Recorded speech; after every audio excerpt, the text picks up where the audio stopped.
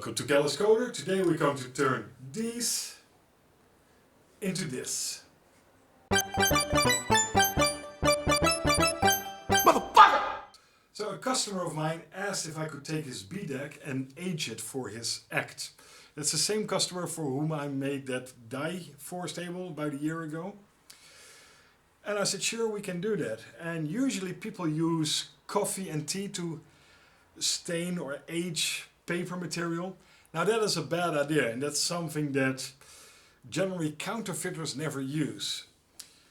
Counterfeiters tend to actually take paper stock out of old books from that same date. And if you cannot do that, for example, for a prop in a museum, because a little known fact is that a lot of props in the museum are actually replicas. It's really excellent. I saw the original in Paris at the Impressionist Museum. No, you didn't. It's because they're too valuable to hang there in the public. They have them in the vaults of the museum, but just not on display.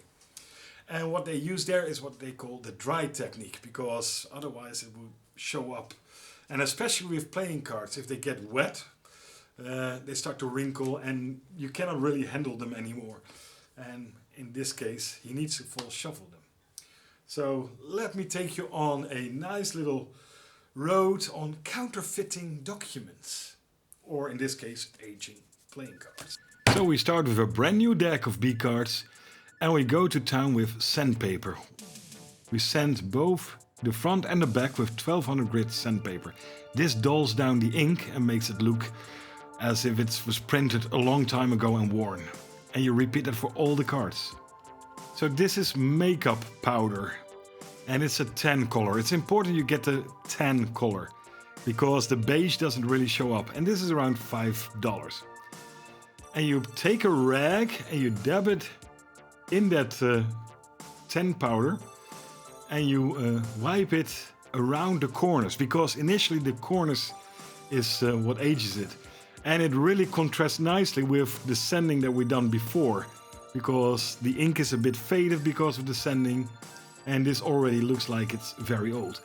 And the great thing that this is a powder is that you can move it about, you can feather it, you can take the clean end of your cloth and wipe it away again. So you can be very subtle or very heavy. In this case, the client wanted to have it very heavy, which is ironic because he wanted to use it as a 1940s deck. And I have a 1940s playing card deck that was issued by the Americans to their GIs, and it's not as aged, to be honest. But hey, client is king, so if he wants it heavy, we can be heavy-handed with this. And you do this, of course, for every card, and this is a tedious job. But yeah, you sit in front of the TV, like I am in this case, and you just wipe it in this oval shape, and be really sure to catch those edges. If you don't want a heavy aged card, use a paper towel instead of a cloth towel. Here I will demonstrate it with one hand. I actually did this card with only the paper towel. But as you can see, it rubs off a lot easier than with a rag that actually pushes it further in the fibers. And you have a nice subtle patina. And you can see the scratches nicely on the print from the sandpaper treatment here. And this was initially how I created this deck for this customer, but he said, it needs to be aged more. Okay, we can do that. So when they are done, you need to prevent the powder from rubbing off, because, well, this is powder, so if you handle them a lot, it would rub off.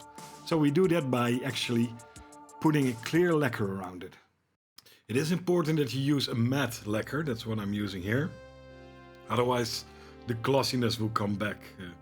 That's, in this case, not what we want. You just spray them left, right, and up and down once. That's it. And just let them to dry for about 10 minutes.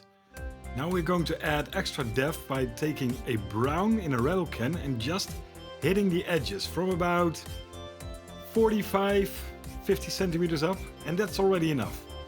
It really gives it that mildew look. You get these little tiny brown droplets in there that is darker, and that's already enough.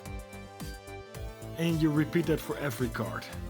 For about 30% of these cards, I want a a more pronounced mildew. So what I use is the splatter technique. If you push a rattle can in just before it really starts to spray, it starts to splutter. They call it the spatter technique. And there you go, we just hit it a couple of times, very briefly. And there you already see some big blotches. You can actually blotch them out, make a stain. And in the middle that really looks like it's, yeah, there are fungus or a moss, I don't even know, algae, what it is. And you also do that on the back of some select cards. So not only focus on the fronts, do the same treatment also on the back. And you can really see that it brings the card to life. It makes it really look old. This is what we're going for. Now we also gave the backs a very light sand with 1200 grit, but now I will hit them with that same brown from a high distance, and I focus mainly on the edges, and if I have a blotch like there, I just tap it in and make it into a stain. There we go. And just hit them very, very, very briefly. And it really gives it these dimensions. Make sure that they don't overlap, otherwise you have a very bright area. So that's why I'm rearranging them here and there. And you can, yeah, you can actually see the stains even on the video. That's really nice. And when this is dry, we hit it again with that clear lacquer. And that way we also make sure that the cards handle a bit better, because, well, they have become rough from the sandpaper treatment and all the spraying. And it's not the easiest deck to handle, but you can still handle it, unlike you would have treated it with coffee or tea. Because look at this, we can just shuffle them nicely, we can do an up the ladder. They just slide even better than the original old cards. So there you have it, my amateur counterfeiters. What will you be counterfeiting next? Bearer bonds? Checks? Old paintings? Because you now know how to age material and look convincing without getting all wrinkly and wobbly because you used coffee and tea. Those are amateurs. And that's why you come to us, because we tell you the professional way how to do things. I hope you learned something, and see you in the next one.